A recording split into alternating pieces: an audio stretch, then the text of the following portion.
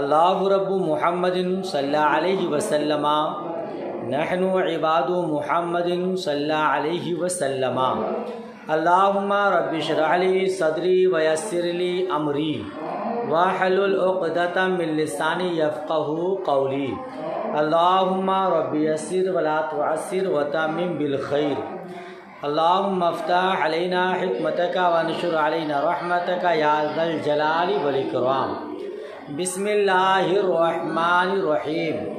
وفرع مزنیۃ وممسوسۃ وماسۃ ومنظورۃ الی فرجها الداخلی بشہوۃ واصلہن المس بشہوۃ عند البعض ان یشتہی بقلبہ ویتلذذ بہ ففی النساء لا يكون الا هذا واما في الرجال فعند البعض ان ينتشر آلته او يزداد انتشارا هو الصحیح۔ کل کا سبق آپ نے پڑھا ماشاءاللہ اور اسے یاد بھی کیا۔ آج کا سبق بھی بغور سماعت کیجیے اور بھرپور یاد کرنے کی کوشش کیجیے گا۔ عبارت خانی ہو گئی، ترجمہ اور مفہوم دیکھیے۔ بات چل رہی ہے ان عورتوں کی، ان مردوں کی جن کا آپس میں نکاح کرنا حرام ہے نا؟ اسی کا ایک حصہ ہے وہ فرع مزنیۃ، اور مزنیہ کی فرع، اور مزنیہ کی فرع۔ مزنیہ بولے تو جس سے زنا کیا گیا، جس عورت سے زنا کیا گیا وہ ہے مزنیہ۔ مزنیہ کی فرع یعنی جس عورت سے زنا کیا گیا اس کی اولاد سے زانی کا نکاح حرام ہے۔ زید نے علیاذ باللہ ہندا سے زنا کیا تو ہندا کی بیٹی سے زید اب نکاح نہیں کر سکتا۔ سمجھ شریف میں بات آئی؟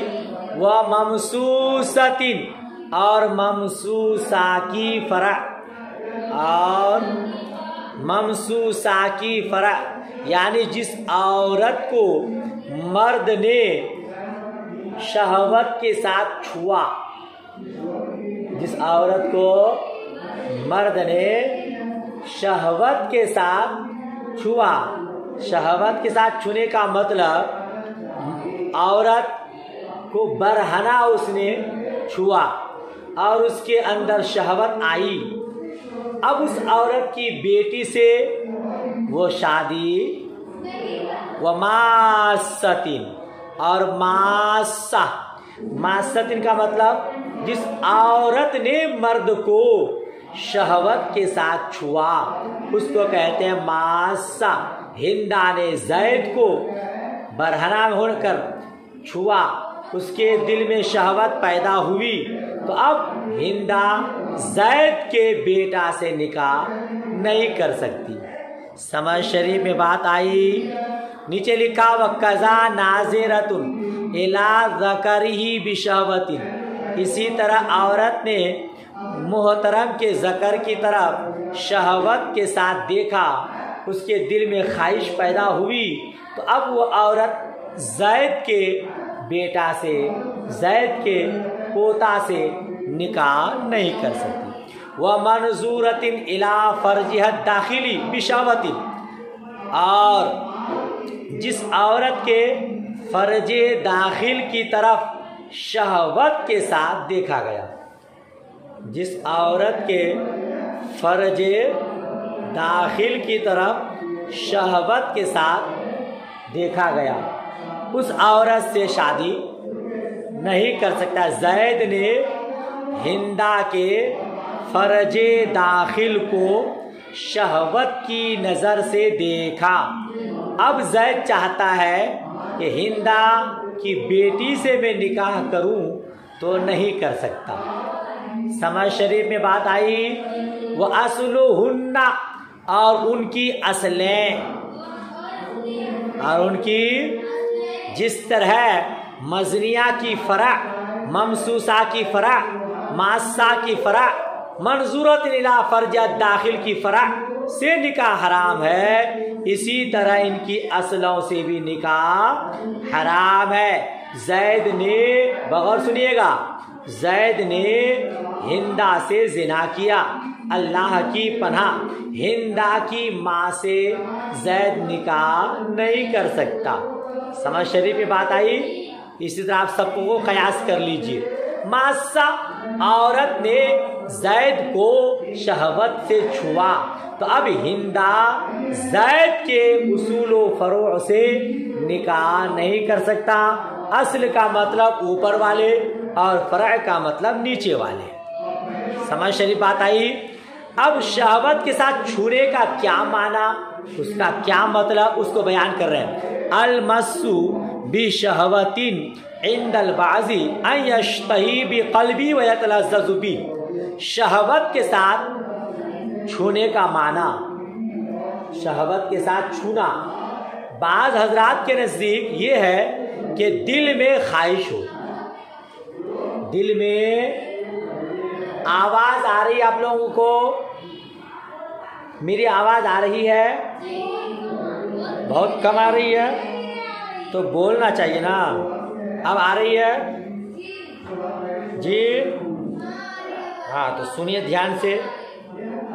مس بشہوت کا کیا معنی، شہوت کے ساتھ چھونے کا کیا معنی، اس کو واضح کر رہے ہیں کہ بعض حضرات کے نزدیک شہوت کے ساتھ چھونے کا معنی یہ ہے کہ اس کے دل میں خواہش پیدا ہو، اس کے دل میں خواہش پیدا ہو، وَيَتَلَذَّذُ بِهِ، اور اس سے لذت حاصل کرے، اور اس سے یعنی زید ہندا کے بدن کو چھو رہا ہے، اس کے دل میں خواہش پیدا ہو رہی کہ اس سے کچھ کر لوں، اور اس سے اس کو مزہ بھی آ رہا ہے، تو یہ ہو گیا شہوت کے ساتھ چھونے کا معنی۔